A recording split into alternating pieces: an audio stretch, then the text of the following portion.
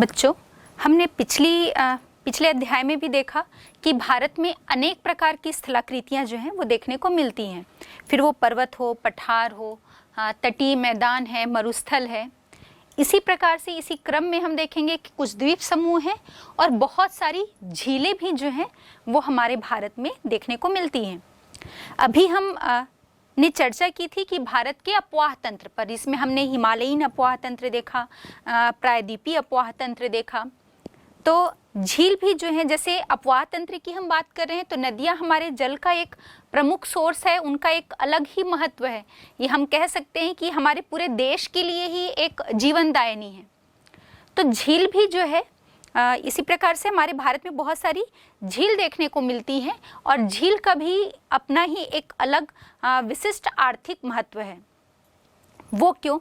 तो आप कल्पना कीजिए कि जैसे आप कश्मीर या हिमालय के किसी भी पर्वतीय क्षेत्र में घूमने जा रहे हैं तो वहाँ पर अगर जैसे नैनीताल, लोकताल, डल झील, बुलर झील, ये सभी जो झीलें हैं, या हम किसी भी क्षेत्र में जाएं जिस पर्यटन केंद्र में कोई झील उपस्थित है, अगर ये झीलें ना हो तो कल्पना कीजिए क्या ये आपको उतना आकर्षित कर पाएंगी?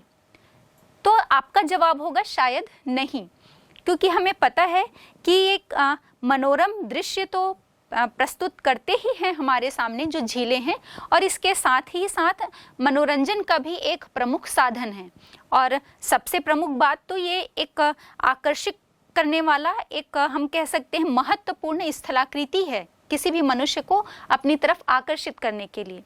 फिर हम बात कर लें कि यदि हम कश्मीर में जाएं तो आपने यदि डल झील में शिकारा का आनंद ना लिया हो, तो ये सब कुछ बातें हैं जो हमें ये सोचने के लिए मजबूर करती हैं, या हमारे सामने एक विचारणीय प्रश्न है कि यदि ये झीलें ना हो तो अर्थव्यवस्था पर क्या असर पड़ेगा।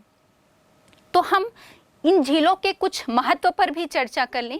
सबसे पहले जो हमने कहा कि यदि हम कहीं घूमने जा रहे हैं तो यदि ये झीलें ना हों तो पर्यटन पर क्या प्रभाव पड़ेगा।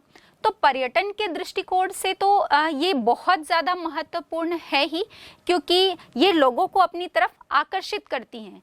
फिर चाहे मैं बात कर लूँ बुलर झील की कश्मीर घाटी में, या हम बात कर लें डल झील की, तो डल झील में स्थित जो शिकारा है तो वो एक अलग ही आकर्षण का केंद्र होती हैं। इसके साथ ही साथ यदि हम झील का और दूसरा महत्व देखें तो यहाँ पर मिलने वाला जो जलीय पारिस्थितिक तंत्र है, क्योंकि झीलों में भी तो कई प्रकार के जीव जंतु या वनस्पतियाँ उपस्थित होती ही हैं। तो जलीय पारिस्थितिक तंत्र के विषय पर भी हम चर्चा करें तो ये हमारे लिए बहुत ज़्यादा महत्वपूर्ण है। इसके साथ ही साथ पर्यटन हो गया, पारिस्थितिक तंत्र हो गया, मनुष्य के लिए भी ये उतना ही महत्वपूर्ण है, क्योंकि ये जलवायु को सम रखने में हमारे लिए महत्वपूर्ण भूमिका निभाता है। वो कैसे? बच्चों, कल्पना कीजिए, जैसे हमने बात की थी कि समुद्र तटीय क्षेत्र में सम जलवायु मिलती है, मतलब वहाँ पर ना ज़्यादा गर्मी पड़ेगी ना ज़्यादा ठंडी पड़ेगी। और यदि गर्मी का मौसम है और आप किसी तालाब के किनारे से, किसी झील के किनारे से या किसी नदी के किनारे से यदि आप गुजरते हैं तो पूरा बाहरी जो एटमॉस्फेयर है वो तो बहुत गर्म होता है, लेकिन यदि आप वहाँ पर चले जाते हैं तो आपको एक अलग ही शीतलता जो है वो महसूस होती है उस जलीय क्षेत्र के कारण। तो जलवायु के हिसाब से भी झील का जो है वो बहुत अधिक महत्व है। इसके साथ ही जो है नदियों के जल स्तर को संतुलित बनाए रखने के लिए भी झील का एक अलग ही इम्पोर्टेंस है, क्योंकि जब कभी नदियों में बाढ़ आती है तो नदियों के जो बाढ़ का पानी है वहाँ पर एक झील बनाकर हम उसे संतुलित कर सकते हैं, जिससे उसके आसपास के क्षेत्र में बाढ़ का सामना उन्हें ना करना पड़े। और इसके साथ ही साथ हमने जो बारिश का अतिरिक्त जल है उसे उस झील या तालाब के माध्यम से तो हमने स्टोर कर लिया, लेकिन जब ग्रीष्म ऋतु आ रही है, सूखे का मौसम है, तो हम आवश्यकता अनुसार उसमें से हम कहें कि झील में से जो पानी है वो उसकी आपूर्ति आसपास के क्षेत्र में कर सकते हैं। तो बच्चों, ये तो झील का आर्थिक सामरिक महत्व हो गया।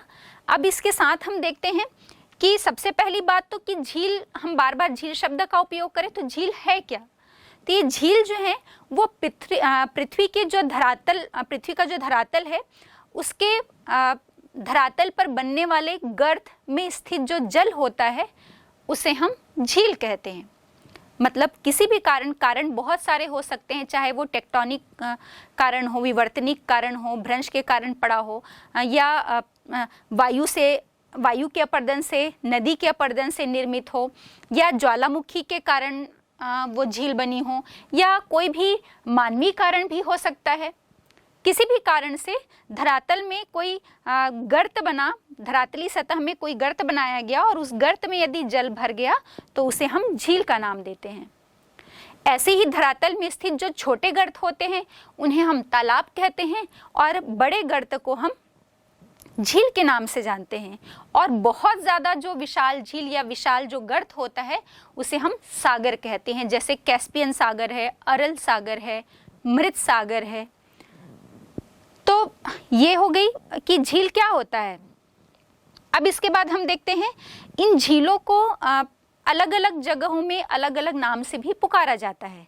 जैसे कि यदि हम हिमालय के पर्वतीय क्षेत्र में चले जाएं तो वहाँ पर इन्हें ताल कहा जाता है, जैसे नैनीताल, भीमताल, लोकताल। साथ ही यदि केरल के तटीय क्षेत्र में चले जाएं तो केरल के तटीय क्षेत्र में इन्हें कयाल के नाम से पुकारा जाता है। और जब हम पूर्वी तटीय मैदान में चले जाते हैं तो इस पूर्वी तटीय मैदान में इन झीलों को लैगून या अनूप के नाम से जाना जाता है। अब इन झीलों के प्रकार पर चर्चा कर लें तो झीलों के जो प्रकार हैं वो कई प्रकार के हो सकते हैं। झील तो भाई हमने कह दिया कि धरातल में स्थित जो गर्त बन गया उस गर्त में उपस्थित जल है वो झील है। तो ये बनेगा कैसे? तो इसके जो प्रकार हैं वो इसके आकार और लक्षण के आधार पर या इसके निर्माण के आधार पर इनमें अलग अलग भिन्नताएं जो है वो देखने को मिलती हैं। जैसे कि कोई झील बड़ा हो सकता है, कोई छोटा हो सकता है। साथ ही कोई झील स्थायी हो सकता है, कोई अस्थायी हो सकता है। स्थायी अस्थायी मतलब ऐसा नहीं कि वो गायब हो गया, उसमें का जल किसी में स्थायी रूप से जल की उपस्थिति रहेगी और कोई जो है वो सूख जाएगा। इसके साथ ही हम देखेंगे कि कोई खारे पानी की झील हो सकती है, कोई मीठे पानी की झील हो सकती है, कोई झील प्राकृतिक कारणों से निर्मित हो सकती है और कोई मानव निर्मित कारणों से झील बन सकती है। तो इन सब के आधार पर इसके हम कुछ प्रकारों पर चर्चा कर लेते हैं। जैसे सबसे पहला है विवर्तनिक झील या टेक्टोनिक लेक्स। जब ये लेक्स या झील जो है वो धरातलीय संचलन का परिणाम होती है। धरातलीय संचलन मतलब धरातल के नीचे जो अंतर्जात बल काम करते हैं जिसके कारण पृथ्वी के धरातल पर भ्रंश और दरारें पड़ जाती हैं। और ये संचलन या मूवमेंट जो है धरातल में, ये जो मूवमेंट है भूगर्भ में, ये जो संचलन है वो एक क्षैतिज संचलन भी हो सकता है और ऊर्ध्वाधर संचलन हो सकता है, दोनों ही हो सकता है। मतलब धरातल की कोई जो दो सतहें हैं वो एक दूसरे से क्षैतिज रूप में अलग जा सकती हैं, अलग दिशाओं में प्रवाहित हो सकती हैं, या फिर अगर उनमें ऊर्ध्वाधर संचलन होता है तो धरातल का कोई हिस्सा जो है वो नीचे की तरफ धंस जाएगा या अपनी सतह से ऊपर की तरफ भी उठ सकता है। तो ऊर्ध्वाधर संचलन भी हो सकता है। कारण जो भी हो, मतलब संचलन चाहे क्षैतिज हो या ऊर्ध्वाधर हो, इन संचलन के कारण जब धरातल पर गर्त बन जाते हैं और उन गर्त में जब पानी भर जाता है तो इसे हम विवर्तनिक झीलें या टेक्टोनिक लेक्स कहते हैं। और इस झील का उदाहरण हम देखें तो हमारे भारत में जम्मू कश्मीर में स्थित जो वुलर झील है ये टेक्टोनिक लेक्स का ही एक एग्जाम्पल है। दूसरा है ज्वालामुखी या क्रेटर झील या क्रेटर लेक्स। तो ये इन झीलों का निर्माण तब होता है जब कभी धरातल में ज्वालामुखी उद्भेदन होता है, ज्वालामुखी का विस्फोट होता है। तो जब कालांतर में बहुत समय के बाद हम कह सकते हैं ना कि प्रसुप्त जो ज्वालामुखी है, मतलब जब उस ज्वालामुखी के मुख में बहुत समय अंतराल तक उद्गार नहीं होता तो उसके ठंडा होने के बाद वो जो क्रेटर या उसके बड़ा होने पर, उस आकार में बड़ा होने पर जो हम काल्डेरा कहते हैं, वो ठंडा होने के बाद उस गर्त में बारिश का या और किसी भी प्रकार से जब उसमें उस गर्त में पानी भर जाता है, ज्वालामुखी के क्रेटर में जब पानी भर जाता है, तो हम उसे क्रेटर लेक्स या क्रेटर झील कहते हैं। और हमारे भारत में हम देखेंगे तो हमारे भारत में जो महाराष्ट्र है, महाराष्ट्र में लोनार झील जो है वो इसका सर्वप्रमुख उदाहरण है। तीसरा हम प्रकार देखें हिमानी लेक्स, हिमानी झील या ग्लेशियर लेक्स। तो ये झील, इन झीलों का निर्माण तब होता है जब ग्लेशियर्स जो हैं, आप देख पा रहे होंगे इस पिक्चर में, ग्लेशियर्स जो हैं वो तापमान अधिक होने के कारण या धीरे धीरे इनमें हम कहें कि गुरुत्वाकर्षण के कारण जो है खिसकने की प्रक्रिया होती है या पिघल के आगे बढ़ते हैं। तो जब इनमें गति होती है, मूवमेंट होता है, तो ये ग्लेशियर्स जो हैं वो अपने स्थान से उस स्थान पर मिलने वाली जो मिट्टी है या कोई भी धरातली संरचना, चट्टान जो है, उसको अपने साथ लेकर चलते हैं। तो हिमानी के इरोजनल एक्टिविटी के हम कह सकते हैं कि रिजल्ट में या अपरदनात्मक क्रिया के कारण जो गर्त बन जाता है और उस गर्त में जब जल भर जाता है तो हम उसे हिमानी से निर्मित झील कहते हैं। और जैसे जो ग्लेशियर्स लेक्स हैं, इसमें हिमगह्वर या पैटरनस्टर झील, हिमअपर्दन से निर्मित स्थलाकृतियां जो हम पढ़ते हैं उसमें पैटरनस्टर और हिमगह्वर, ये जो झीलें हैं इसका प्रमुख उदाहरण है। इसके बाद हम देखते हैं नदी झील या फ्लूवियल लेक्स। तो इन जैसे हिमानी के अपर्दन से कहीं पर किसी स्थान की जो धरातली संरचना, मतलब वहाँ पर चट्टानों का अपर्दन हो जाना और अपर्दन हो जाने से वहाँ पर एक गर्त बन जाना, ठीक उसी प्रकार नदी भी जब प्रवाहित होती है तो वो अपने साथ अपघर्षण और सन्निघर्षण जैसी क्रियाएं करती हैं। मतलब बहुत सारे अवसाद उस नदी के साथ होकर चलते हैं जो आपस में तो रगड़ खाते ही हैं और साथ ही साथ वो जो बोल्डर्स हैं, बजरी हैं, रेत के कण हैं, ये सभी धरातल को भी घर्षण करते हुए चलते हैं। और ये लगातार घर्षण होने के साथ ही साथ उसमें जो केमिकल रिएक्शंस भी होते हैं, घोलीकरण की भी जो क्रिया होती है, और इन सब के परिणाम स्वरूप जब धरातल का कोई हिस्सा नदी अपर्दन के द्वारा गर्त बन जाता है उस स्थान पर, तो हम उसे नदी अपर्दन से निर्मित झील कहते हैं। और ऐसा डिपोजिशन से भी होता है, जैसे कि गोखुर झील जो है वो इसका एक प्रमुख उदाहरण है। ऑक्सबो लेक, इसकी चर्चा हमने पहले भी की है, इसको एक बार हम फिर से समझ लेते हैं। जैसे कोई नदी चल रही है, इसका एक पहले का जो मार्ग है ये किसी मैदानी क्षेत्र में जब चलती है तो बल खाती हुई दाएं बाएं मोड़ खाती हुई, मोड़ बनाती हुई ये चलती है। और जब कभी इस नदी में बाढ़ आ जाता है तो ये नदी के सामान्य स्तर से, जब नदी के पानी का स्तर बहुत ऊपर हो जाता है, तो इस मार्ग को छोड़कर ये पूरे सीधे मार्ग से होकर प्रवाहित होने लगती है। तो जब ये पूरे फैलकर प्रवाहित होती है तो बहुत सारा, चूंकि बाढ़ का पानी रहता है, बहुत सारा डिपोजिशन जो है वो उसके किनारों पर जमा हो जाता है। और उसके बाद फिर से जब नदी अपने सामान्य मार्ग पर आ जाती है, जब बाढ़ का पानी जो है वो सामान्य स्तर पर आता है, तो वहाँ पर हम देख पा रहे हैं यहाँ पर एक जो हिस्सा है वो चाप के आकार में छूट गया, क्योंकि वहाँ पर डिपोजिशन उसके अवनति वाले भाग में या झुके वाले हिस्से में, नदी के मोड़ के झुके वाले हिस्से में अवसाद का जमाव, और वहाँ पर नदी का पानी जो है वो बीच में रह जाता है।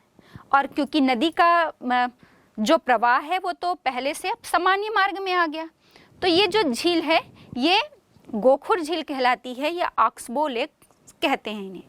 तो ये भी इसके कुछ उदाहरण हैं। और यदि हम भारत में देखें तो उत्तर भारत में प्रवाहित होने वाली जितनी भी नदियां हैं हिमालय से निकलने वाली, चाहे वो सिंधु हो, ब्रह्मपुत्र नदी हो या गंगा नदी, ये सभी जो हैं वो मैदानी क्षेत्र में इस प्रकार के गोखुर झील का निर्माण करती हैं। नदी विसर्पों का जब निर्माण करती हैं तो इस प्रकार के झील का ये निर्माण करती हैं।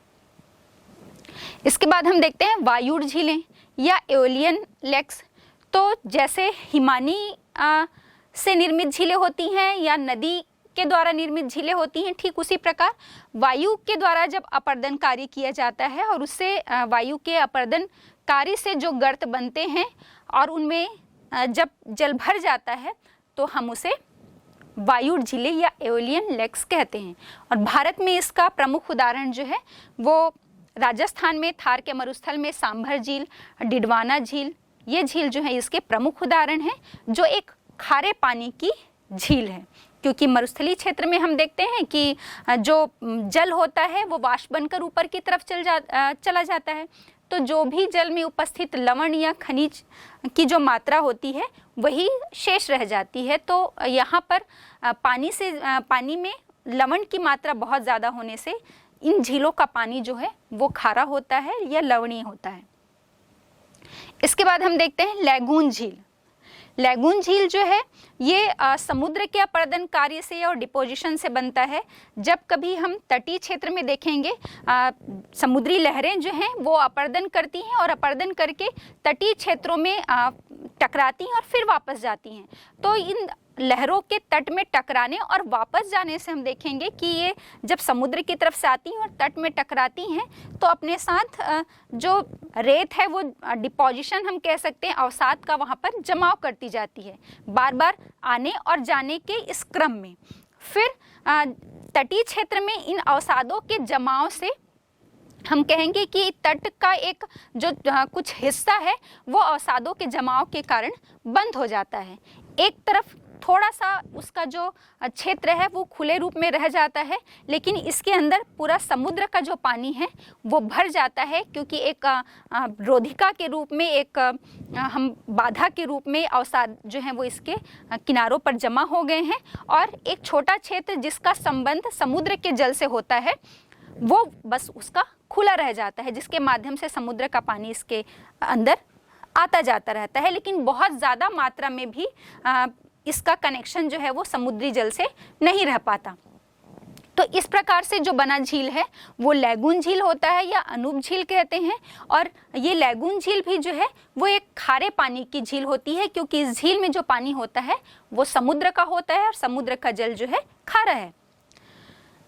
ये भारत में यदि हम देखें कि इस प्रकार की झील, तो हम बहुत अच्छे से परिचित हैं कि उड़ीसा में चिल्का झील, पुलिकट और कोलेरू झील जो आंध्र प्रदेश और तमिलनाडु में है, और इसके साथ ही केरल में जो बेमनाद और अष्टमुदी झील है ये भी अनूप या लैगून झील का ही एक उदाहरण है। इसके बाद लास्ट में हम आते हैं द्रवण झील या डिसॉल्यूशन लेक्स जिसको हम बोलते हैं। इन झीलों का निर्माण तब होता है जब कोई चूना पत्थर वाला सरफेस होता है, धरातल क्षेत्र होता है, तो उसमें हम देखते हैं उस चूना पत्थर वाले क्षेत्र में अंदर की तरफ धरातल के नीचे एक भूगर्भिक गुफा निर्मित हो जाती है, जिसमें ऊपर से जो जल का प्रवाह हो रहा है उसमें भूमिगत जल में जो वहाँ पर चट्टान मिल रही है, चूना पत्थर, उससे घोलीकरण की क्रिया होती है और एक अंदर ही अंदर गुफा का जो है वो निर्माण होता है। इसमें हमने और भी चर्चा की थी कि कंदरा स्तंभ है, स्टैलेक्टाइट है, स्टैलेग्माइट, इस प्रकार की जो स्थलाकृतियाँ हैं वो उस गुफा के अंदर मिलती हैं। और एक समय अंतराल के बाद हम देखेंगे कि जब वो धरातल की जो छत है वो ध्वस्त हो जाती है, मतलब नीचे की तरफ गिर जाती है, तो एक बड़ा गर्त जो है वहाँ पर बन जाता है, जिसे हम डिसॉल्यूशन लेक कहते हैं। और इसका जो प्रमुख उदाहरण है वो भीमताल है, लोकताल है, ये जो झीलें हैं इसके प्रमुख उदाहरण हैं। इसके बाद हम देखते हैं मानव निर्मित झील। इसके पहले जितनी भी हमने चर्चा की, चाहे हिमानी निर्मित, नदी अपर्दन से निर्मित या वायु अपर्दन, टेक्टोनिक लेग्स, ये सब प्राकृतिक कारण से निर्मित झीलें थीं।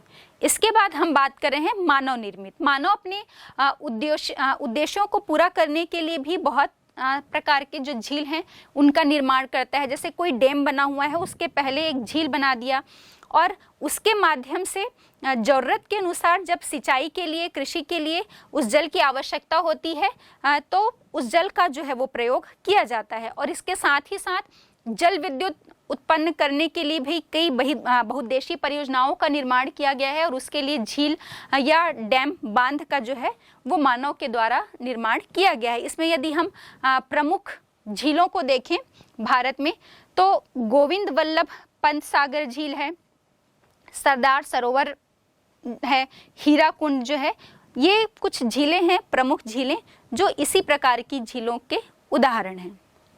बच्चों, हमने पूरा अपवाह सिस्टम देखा, उसके बाद हमने झीलों के महत्व के बारे में, झील के प्रकार के विषय में चर्चा की।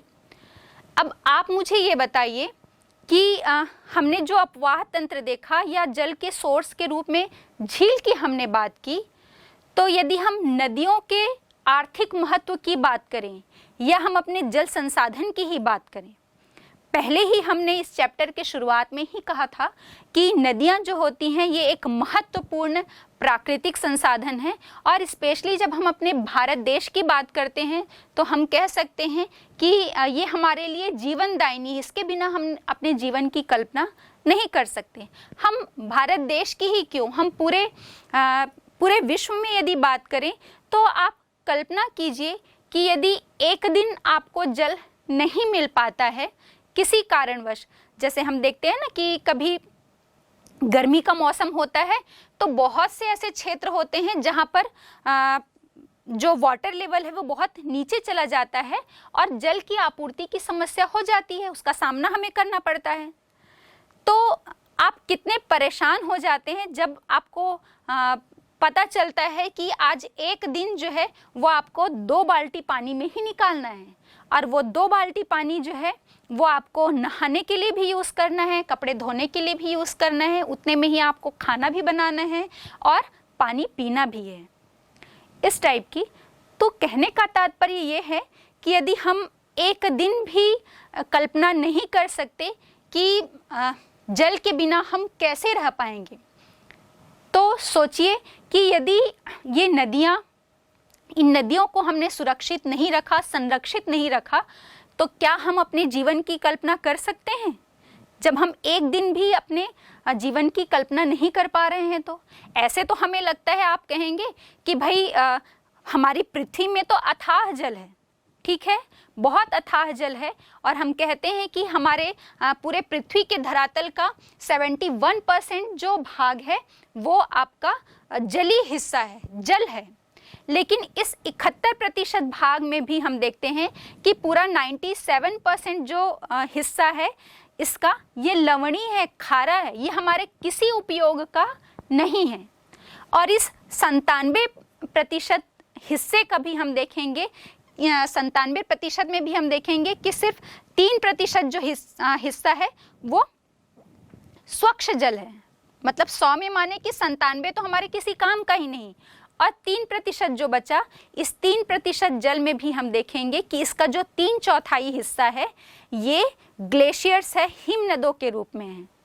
तो मान के चलिए कि इस 3% का भी सिर्फ 1/4 हिस्सा, 1/4 भाग जो है वो हमारे उपयोग के लायक है और इसे ही हमें बहुत सहेज कर और संभाल कर रखना होगा, तभी हम अपने जल की आवश्यकता की पूर्ति कर पाएंगे।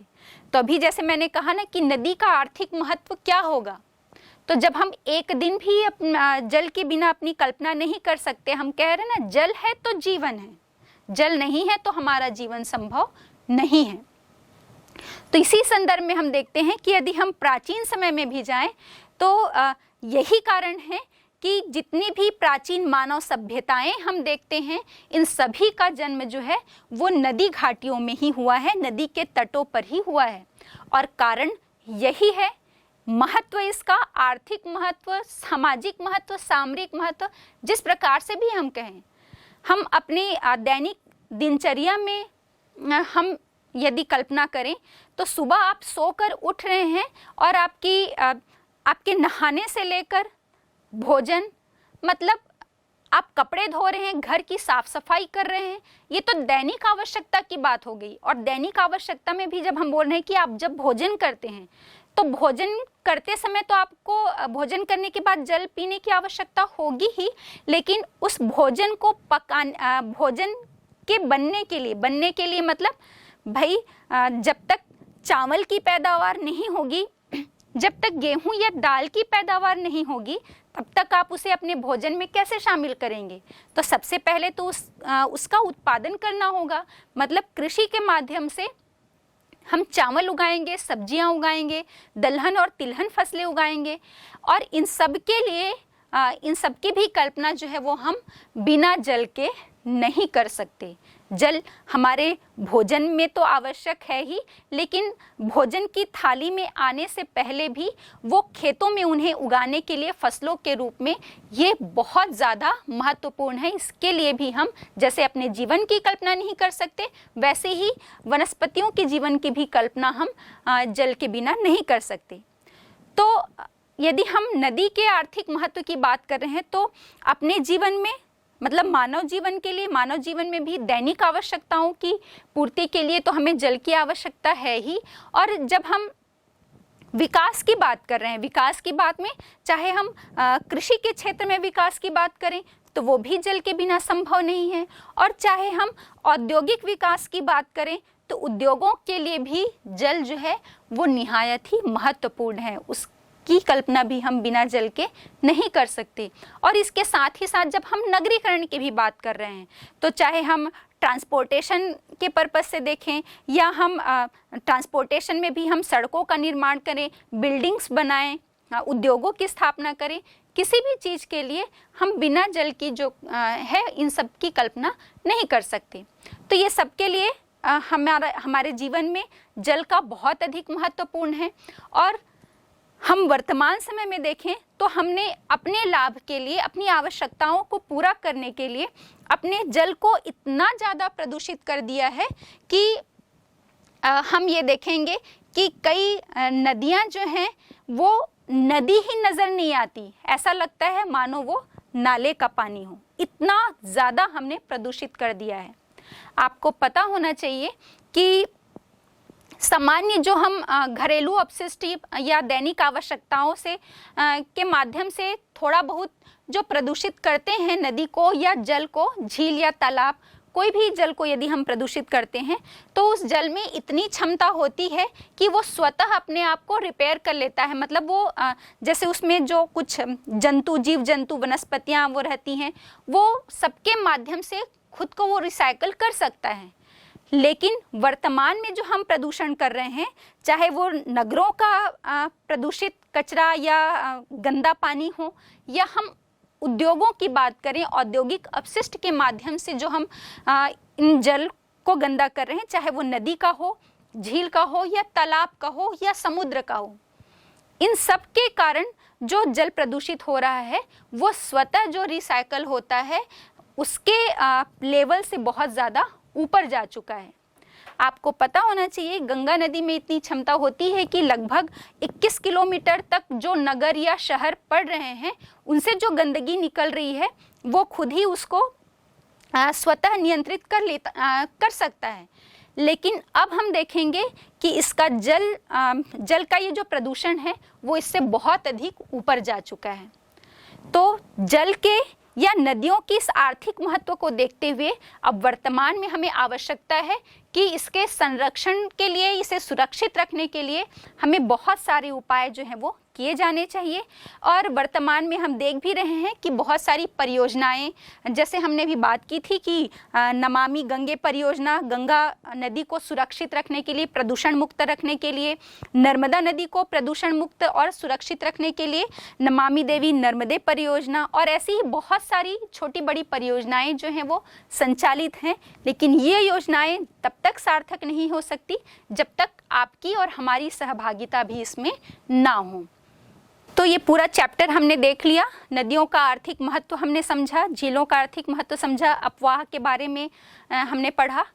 तो बच्चों, परीक्षा के दृष्टिकोण से आपको इस चैप्टर को तैयार करना है। जो हमने विभिन्न नदियों के बेसिन या अपवाह तंत्र के बारे में पढ़ा है, तो विशेष रूप से आपको ध्यान रखना है कि आपको इसको मानचित्र के माध्यम से पढ़ना है, जिससे आपको रटने की आवश्यकता नहीं होगी। आप उन नदियों के उत्पत्ति क्षेत्र और से लेकर वो कहाँ पर, किस समुद्र या सागर में या किस झील में गिर रहे हैं, ये मानचित्र से आप बहुत अच्छी तरह से समझ पाएंगे। तो आपको उत्पत्ति स्थान को ध्यान में रखना ही है, उन नदियों की लंबाई, मुख्य नदी में मिलने वाली सहायक नदियाँ, उन नदियों का अपवाद क्षेत्र कहाँ पर है। इस प्रकार से कुछ छोटे प्रश्न और बड़े प्रश्नों के दृष्टिकोण से आपको पूरा आपसे पूछा जा सकता है कि गंगा नदी अपवाह तंत्र को समझाइए या प्रायद्वीपीय भारत के अपवाह तंत्र को समझाइए।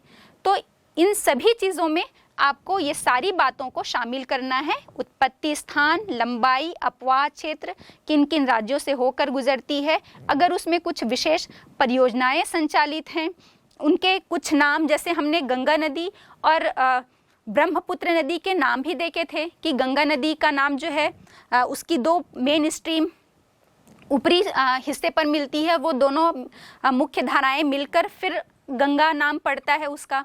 तो हमने देखा था भागीरथी और अलकनंदा, फिर देवप्रयाग में जब ये दोनों मिलती है तब वो गंगा के नाम से जानी जाती है। फिर हमने देखा कि जब वो बांग्लादेश में प्रवेश करती है कौन सी गंगा नदी, तो वहाँ पर उसे पद्मा के नाम से जाना जाता है। हमने देखा पश्चिम बंगाल में उसकी डिस्ट्रीब्यूटरी बनती है हुगली और भागीरथी। तो ये छोटी छोटी बातों को आपको विशेष ध्यान रखना है। ठीक इसी प्रकार से ब्रह्मपुत्र नदी में भी हमने देखा कि ब्रह्मपुत्र नदी को तिब्बत में सांगपो, फिर जैसे ही वो यू टर्न लेकर अरुणाचल प्रदेश में प्रवेश करती है तो उसे दिहांग के नाम से जाना जाता है। फिर आगे चलकर असम घाटी के पास जब उसकी दो सहायक नदियाँ दिबांग और लोहित मिलती हैं तब उसे ब्रह्मपुत्र के नाम से पुकारा जाता है। फिर ये आगे जब बांग्लादेश में प्रवेश करती है तब बांग्लादेश में इसे जमुना के नाम से जाना जाता है, और बांग्लादेश में ही जमुना और पद्मा जो गंगा नदी है ये दोनों संयुक्त धारा मिलती है और इस संयुक्त धारा आगे चलकर मेघना के नाम से जानी जाती है। तो ये मैंने आपको रिवाइज कराया, जो छोटी छोटी बातें हमने पढ़ी थी उसको, इन बातों को तो आपको याद रखना पड़ेगा कि कहाँ पर किसे किस नाम से जाना जाता है। लेकिन मेरा विचार है कि यदि आप इसे मानचित्र से पढ़ें तो आपको पढ़ने में बहुत आसानी होगी, रटने की आवश्यकता नहीं होगी, और आपके इमेजिनेशन में वो चीज़ जो है वो बहुत अच्छी तरह से आ जाएगी कि जब आप याद करेंगे कि गंगा नदी कहाँ पर मिल रही है, उसके दाएं तट से कौन सी नदी मिलती है, बाएं तट से कौन सी नदी मिलती है, इन सभी बातों को आपको बहुत अच्छी तरह से तैयार करना है। बच्चों, इस चैप्टर में हमने जितना अध्ययन किया उस आधार पर कौन कौन से या किस प्रकार के प्रश्न पूछे जा सकते हैं इस पर हम थोड़ी चर्चा कर लेते हैं। तो आपको ऑब्जेक्टिव टाइप के जो प्रश्न पूछे जा सकते हैं, जैसे कि कोई एक चित्र दे देगा किसी पैटर्न का, हमने ड्रेनेज पैटर्न पर विस्तार से चर्चा की है, जैसे वृक्षाकार, आयताकार, जालीनुमा। तो इनमें से कोई भी एक पैटर्न आपको दे देगा और आपसे पूछ लेगा कि ये अपवाह प्रतिरूप किस प्रकार का प्रतिरूप इंगित करता है। जैसे आपके सामने अभी नजर आ रहा होगा, संलग्न चित्र किस तरह के अपवाह प्रतिरूप को इंगित करता है।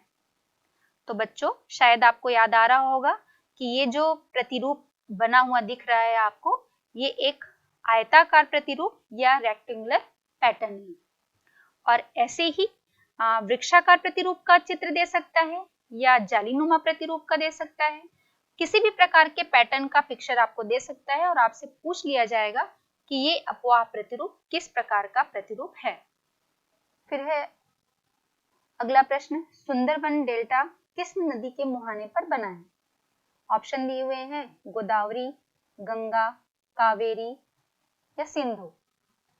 तो बच्चों, हमने इस पे विस्तार से चर्चा की है कि गंगा और ब्रह्मपुत्र नदी के द्वारा जो है वो ये सुंदरबन का डेल्टा निर्मित किया गया है। तो ऑप्शन आपका होगा बी, गंगा। अगला है, भारत का सबसे लंबा बांध हीराकुंड है और ये किस नदी पर बना है? तो इसको भी हमने पढ़ा था। ऑप्शन दिए हुए हैं गंगा, गोदावरी, नर्मदा, महानदी। तो ऑप्शन आपका होगा डी, महानदी। भारत का सबसे लंबा बांध हीराकुंड महानदी पे बनाया गया है, उड़ीसा में। इसके अलावा आपसे पूछा जा सकता है जल विभाजक क्या है? तो मैदान, पर्वत, दो अपवाह को अलग करने वाली उच्च भूमि, या इनमें से कोई नहीं।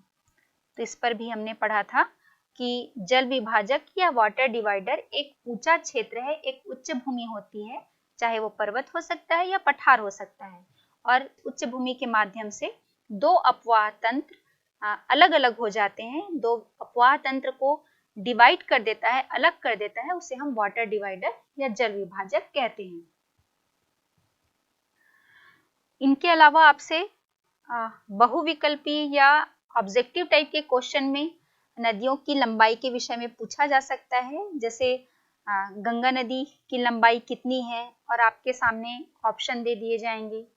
इनके अतिरिक्त सहायक नदियों के विषय में पूछा जा सकता है, जैसे कि गंगा की सहायक नदी इनमें से कौन सी है, तो ऑप्शन दे देगा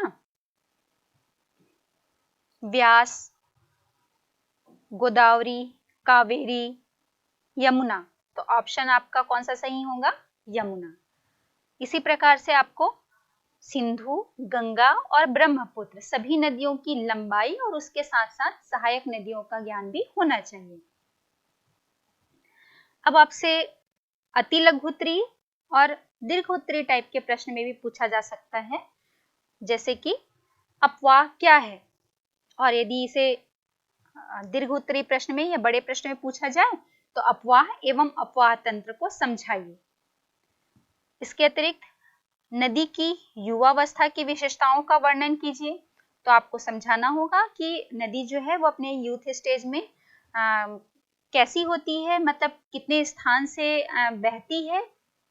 समझाना होगा आपको कि उसका क्षेत्र जो है वो सीमित होता है, एक सीमित क्षेत्र से, और चूंकि वो एक ढाल में बहती है तो वहां पर पानी का वॉल्यूम भी जो है वो ज्यादा होता है, और सीमित क्षेत्र से बहने के कारण वो अपने पार्श्विक अपरदन कम करती है और घाटी को गहरा करने का कार्य अधिक करती है। और इसमें जो बनने वाली स्थलाकृतियां हैं, जैसे यू आकार की घाटी, वी आकार की घाटी, जलप्रपात, इन सभी स्थलाकृतियों का भी आपको वर्णन करना पड़ेगा। फिर गंगा बेसिन और गोदावरी बेसिन में क्या अंतर है, तो इन दोनों बेसिन में जो अंतर है, या मैं ये कहूँ कि जो हिमालय से निकलने वाली नदियां हैं और प्रायद्वीपीय भारत से निकलने वाली नदियां, इन दोनों नदियों के बीच में आपको तुलना करने के लिए भी पूछा जा सकता है। और जब पर्टिकुलर आपको गंगा बेसिन और गोदावरी बेसिन में अंतर पूछा जाए तो आपको समझाना होगा, जैसे कि कुछ पॉइंट में, कि इनकी लंबाई इसमें से कौन सी लंबी है, कौन सी छोटी है, कौन सी यूथ स्टेज में है, कौन सी मैच्योर स्टेज में है, कौन सी घाटी बना रही है, या मतलब बनने वाली स्थलाकृतियों के आधार पर, और इसके साथ ही साथ उत्पत्ति स्थान के आधार पर इन दोनों में अंतर आपको बतलाना पड़ेगा। फिर आपसे कुछ इस प्रकार के भी प्रश्न पूछे जा सकते हैं कि भूमिगत जल का आशय क्या है, किसे कहते हैं भूमिगत जल, और भूमिगत जल का स्तर क्रमशः नीचे जाता जा रहा है, और यदि जा रहा है तो क्यों। तो इसमें हमने, आपको ध्यान होगा कि इस चैप्टर में हमने एक महाराष्ट्र के हिवरे बाजार गांव की कहानी भी पढ़ी थी, उसका एक एग्जाम्पल हमने समझा था, और उसमें देखा था कि जल हमारे लिए एक महत्वपूर्ण संसाधन होता है।